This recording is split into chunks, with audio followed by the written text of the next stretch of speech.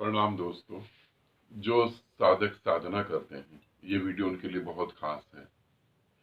कैसे एक साधारण व्यक्ति साधना के मार्ग पे चलने लगता है और क्या वो गलती करता है कि वो साधना को पूरा नहीं कर पाता।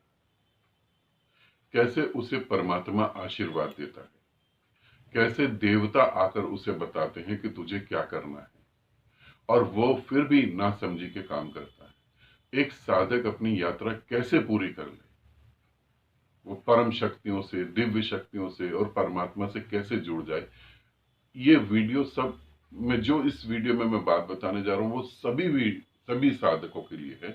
एक एक शब्द एक एक साधक के लिए है। तो कैसे यात्रा चालू होती है, कैसे साधारण आदमी एक साधक बनता है, कैसे वो प्यास जागती है। तो यहाँ पर मैं एक ऑडियो चला रहा हूँ एक साधिका का, उसके जीवन का अनुभव है। तो उसको आप सुनेंगे और फिर मैं आपको एक एक कदम लेके चलूंगा ताकि आप चीजों को समझ पाए। प्रणाम गुरुजी। मैं स्वप्ना अपना एक एक्सपीरियंस शेयर करना चाहती हूँ गुरुजी।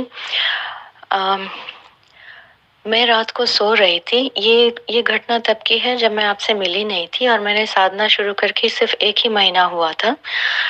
और मैंने देखा कि मैं बेड के बाहर खड़ी हूँ और मैं लेटी भी हूँ। तो मुझे समझ नहीं आया कि ये क्या क्या देख रही हूँ मैं। मुझे लगा शायद मैं सपना देख रही हूँ।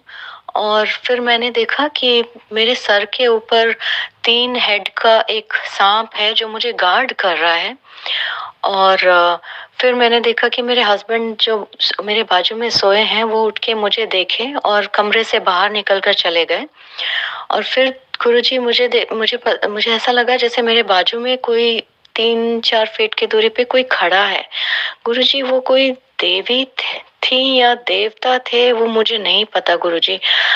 और फिर मैं अपने हस्बैंड को बस बोलना चाह रही थी कि आई एम ओके और तब देखा कि गले से आवाज नहीं निकल रही थी। और मेरे नाभि चक्र पे एक गोल जैसा बॉल, फायर का बॉल देखा गुरुजी। वो बहुत ही पावरफुल जैसा लग रहा था। तो समझ में नहीं आ रहा था कि ये सब क्या हो रहा है तब तक। फिर इसके बाद मुझे कुछ याद नहीं। और सुबह जब मैं उठी तो मुझे लगा कि शायद मैंने सपना देखा है ये। लेकिन मेरे हस्बैंड ने कहा कि तुम कुछ आवाज निकाल रही थी और फिर मुझे लगा कि तुमको डिस्टर्ब नहीं करना चाहिए और मैं कमरे से बाहर चला गया। तो गुरुजी फिर मैंने तो ये भी देखा था, तो ये सपना था, रियल था या मेरे मन की कल्पना थी, मुझे कुछ समझ नहीं आया गुरुजी। और आपसे शेयर करने में मैंने इतनी देर लगा दी क्योंकि मैं डर गई थी गुरुजी कि आप कहेंगे कि ये मेरे मन की कल्पना थी। तो मैं आगे अपनी जर्नी कैसे इस मन को रख के मैं कैसे आगे बढ़ूंगी गुरुजी, इसलिए मैं थोड़ा सा डर गई थी। लेकिन अब मेरी समझ में आ गया गुरुजी कि आपके साथ जुड़ने के बाद मैं क्यों चिंता कर रही हूँ, मैं क्यों डर रही हूँ।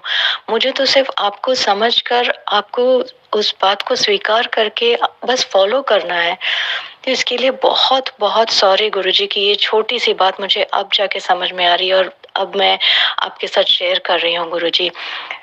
थैंक यू सो मच गुरुजी। मैं कुछ मैं तो कुछ नहीं कह सकती गुरुजी अभी आपके लिए। बहुत बहुत ज्यादा रिस्पेक्ट है, बहुत ज्यादा प्यार बढ़ रहा है गुरुजी।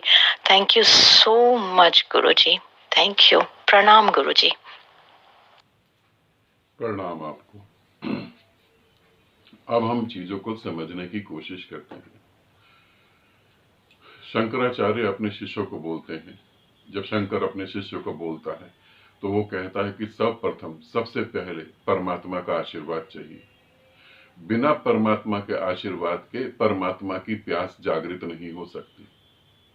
आप वासना में फंसे रहोगे, आप वासना में रत रहोगे, वासनाओं से बाहर नहीं निकल पाओगे।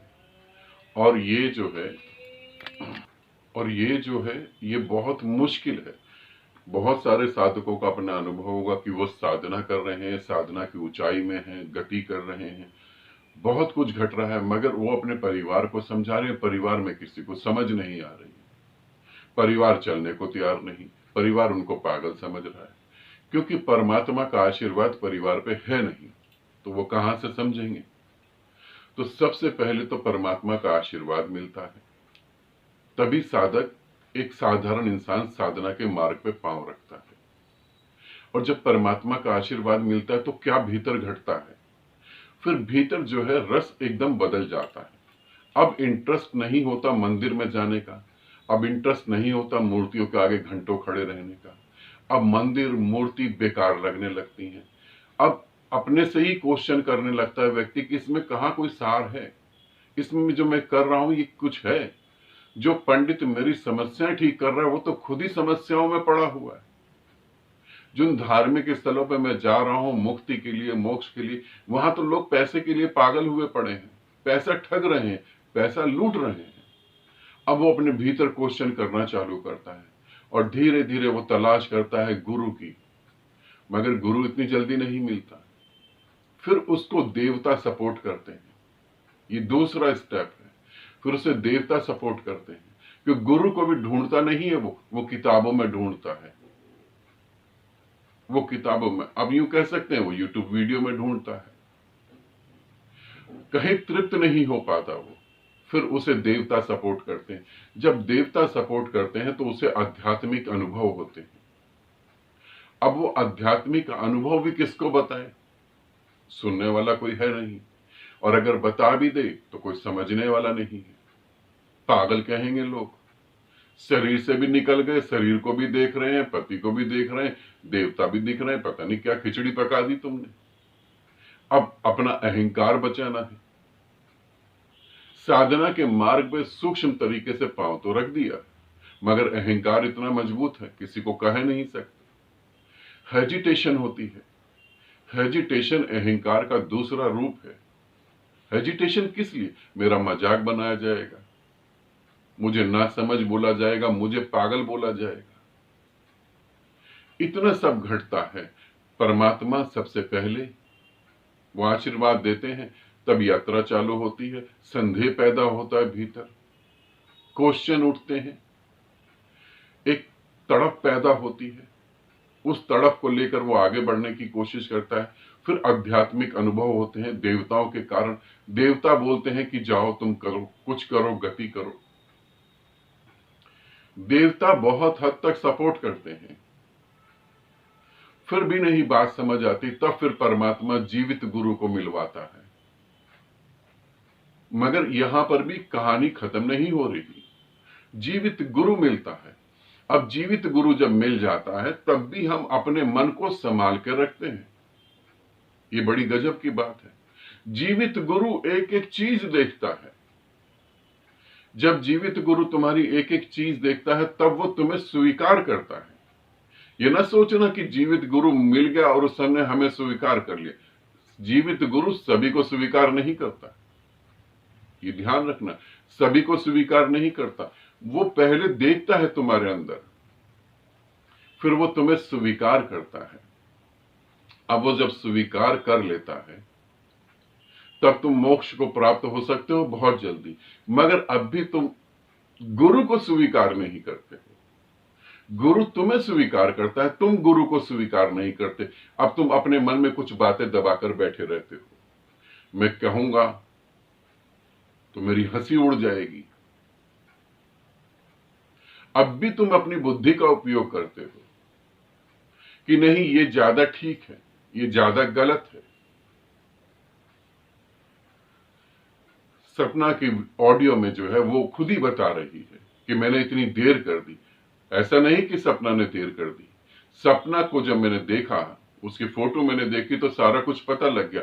उसको लग रहा है कि यहां से यात्रा चालू, यात्रा तो बहुत पहले से चालू हो चुकी थी, आध्यात्मिक यात्रा तो बहुत पहले से चालू हो चुकी थी, क्योंकि पिछले जन्मों से ही साधना करती आ रही है। अब वो प्यास जागी। मेरे को तो सारा दिखाई दिया मगर मैं बोल नहीं सकता, मैं सिर्फ देखूंगा और इंतजार करूंगा, क्योंकि जब मैं बोलूंगा तब तुम्हारा अहंकार नहीं टूटेगा, जब तुम बोलोगे तब तुम्हारा अहंकार टूटेगा। तुम कहोगे कि ऐसा ऐसा हो रहा है, कहीं मैं पागल तो नहीं हूं। फिर गुरु कहेगा तुम्हें कब लगा कि तुम समझदार हो, तुम पागल ही हो, और वो तुम्हारी हंसी भी उड़ाएगा।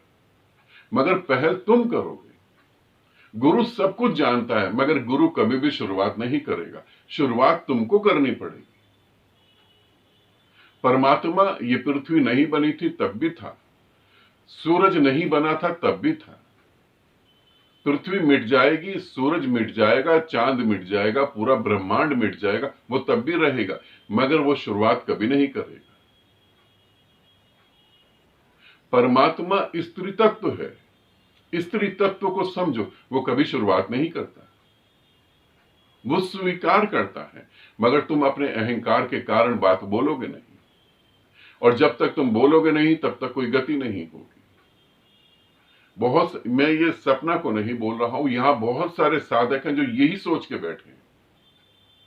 अभी मेरे को एक साधिका मिली, मेघा, शिविर में मिली 7 अप्रैल के।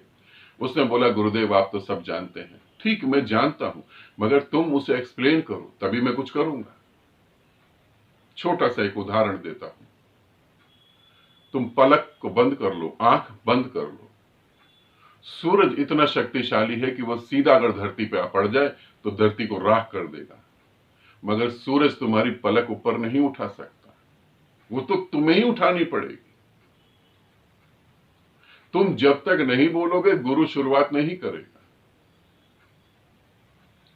अब मेरा एक साधक है, वो मेरे को पापा पापा बोलता है, डैडी बोलता है, बहुत मजाक करता है।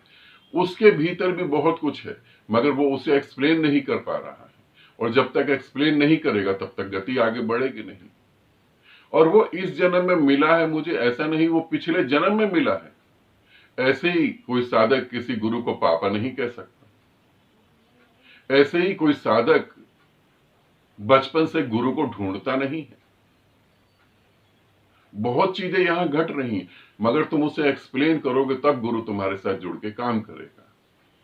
और सपना जो तुम पूछ रही हो, जो मैंने तुम्हें बताया, अगर तुम एक एक शब्द को सुनो और समझो तो पहले परमात्मा ने आशीर्वाद दिया, उसकी वजह से तुम साधना में आई।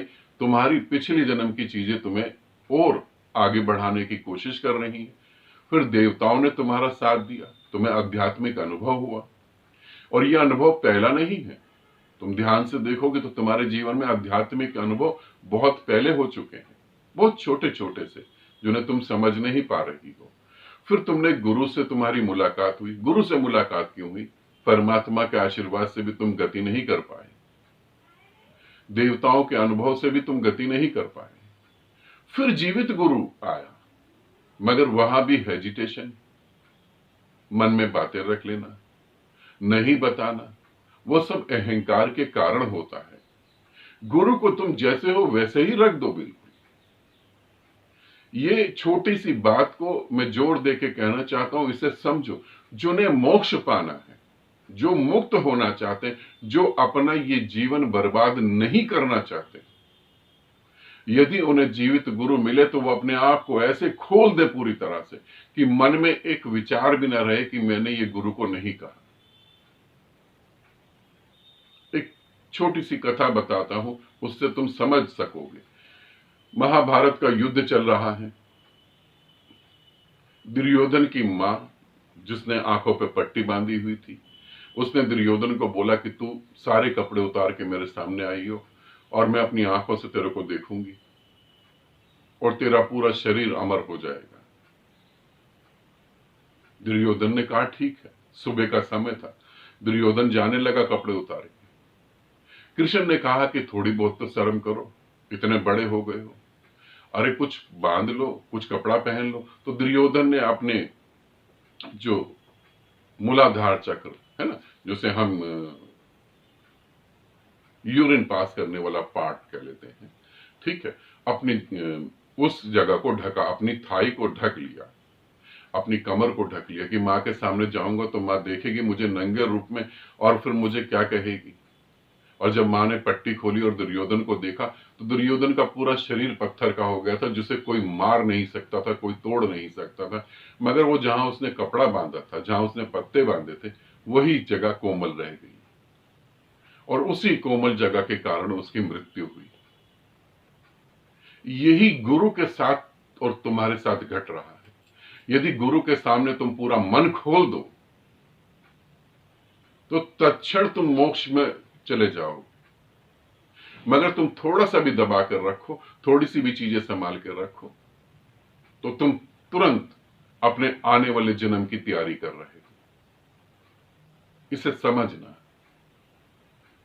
तुम अपने को बचाओगे तो तुम्हें मिटा दिया जाएगा पूरी तरह से, और तुम अपने को खोल के रखोगे तो पूरी तरह से तुम अमृत हो जाओगे, पूरी तरह से तुम अमर हो जाओगे। गुरु सब जानता है, मगर तुम्हारी हिम्मत अपने हाथों से अहंकार को तोड़ने की, और जब तुम बचाते हो तो सिर्फ अपने अहंकार को बचा रहे हो। तो सपना, तुम्हें यह कहना चाहूंगा, जो तुम्हारे साथ हुआ वो बिल्कुल ठीक हुआ। यदि तुम परमात्मा के आशीर्वाद से गति कर जाती तो बहुत शुभ था, मेरी जरूरत नहीं पड़ती। यदि तुम देवताओं के आशीर्वाद से जो तुम्हें अनुभव हुआ तुम गति कर जाती तो भी मेरी जरूरत नहीं पड़ती। ये दोनों घटनाओं में तुम गति नहीं कर पाई, इसीलिए उस निराकार की मर्जी के कारण मैं तुम्हारे जीवन में आया। मगर तुम्हारे जीवन में मैं आ गया हूं, ये भी संभावना है कि फिर भी तुम गति नहीं करो और फिर तुम अगला जन्म लो। और यदि अगला जन्म नहीं लेना तो जो मन में जैसा है वैसा ही उसे बाहर प्रकट करो। मेरा जोर इस बात पर है, तुम जो प्रकट करोगे तभी तुम्हारी गति होगी, तुम उसे एक्सप्लेन करोगे तब तुम्हारी गति होगी। एक साधारण सा मन का नियम है, समझने, है शक्तिशाली। जिसे तुम एक्सप्लेन करते हो, अगर वो पॉजिटिव है तो बढ़ जाएगा, अगर वो नेगेटिव है तो खत्म हो जाएगा, मिट जाएगा पूरी तरह से। और यही मैं अपने सभी साधकों को कहना चाहूंगा। बहुत सारे साधक और साधिकाएं हैं जो दबाकर बैठे हुए हैं, मुझे दिख रहा है वो पीड़ा में है, मगर मैं मदद नहीं कर सकता जब तक आप अपने गर्दन न झुकाओ। मैं आशीर्वाद तो उसे ही दे पाऊंगा जो गर्दन झुकाएगा, सूक्ष्म गर्दन को जो झुकाएगा, जो अहंकार को छोड़कर एक्सप्लेन करेगा। और जो एक्सप्लेन ही नहीं करेगा, जो ये कहता रहेगा गुरुदेव आप तो जानते हैं, आप तो जानते हैं, जैसे मेघा ने कहा, जैसे राधिका ने कहा, गुरुदेव आप तो जानते हैं, आप ये मंत्र बोलते रहो, गुरुदेव आप तो जानते हैं और आप जानते हैं, आपकी कोई गति नहीं होगी। इसे समझना, आपकी 1% कोई गति नहीं होगी। वो प्रॉब्लम अंदर बनी रहेगी। आप एक डॉक्टर के पास जाते हैं, डॉक्टर आपसे पूछता है क्या प्रॉब्लम है, आप कहते हैं डॉक्टर आप तो जानते हैं। डॉक्टर कहेगा अच्छा कोई बात नहीं, आप जाएं बाहर, मैं दूसरे पेशेंट को देख लेता हूं। प्रॉब्लम तो आपको बतानी पड़ेगी। आपके मन में पस पड़ गई है, जहर है, आप उसे बाहर निकालेंगे तभी गुरु उसे साफ करेगा, आप उसे बाहर नहीं निकालेंगे। गुरु है, ये कुछ मूर्ख लोगों ने गलत तरीके से इसको अभिव्यक्त करा है, गलत तरीके से इसे बोला है। गुरु है तो वो सब जानता है, वो सब ठीक कर देगा। मैं तुम्हें कहता हूं वो कुछ भी नहीं ठीक करेगा, वो कुछ भी नहीं ठीक करेगा जब तक तुम उसे एक्सप्लेन नहीं करोगे। इस वीडियो को मैं इसलिए बना रहा हूं कि सभी समझें, और सपना तुम भी समझो। जिससे तुम एक छोटी सी बात कहती हो कि ये छोटी सी बात बताने लायक तो नहीं है, वही तुम्हारे अगले जन्म का कारण बनेगी। तुम कहते हो ये गुरुदेव को क्या बताना, यही बातें तुम्हारे को अगला जन्म लेने के लिए मजबूर कर रही हैं। गुरु के सामने तो बिल्कुल तुम्हें निर्वस्त्र, बिल्कुल बिल्कुल निर्वस्त्र होकर खड़ा होना पड़ेगा, तभी तुम गति कर पाओगे। दुर्योधन की कथा को याद रखना, जो तुम छुपाओगे वो तुम्हारे अगले जन्म का कारण बन जाएगा। अब यदि तुम मुक्त होना चाहते हो तो तुम्हारा स्वागत है, और यदि मुक्त नहीं होना चाहते तो भी तुम्हारा स्वागत है। मैं तो तुम्हारी मदद करूंगा बस गति में। अब गति किस दिशा में हो वो तुम देखो, इसीलिए इसे समझो।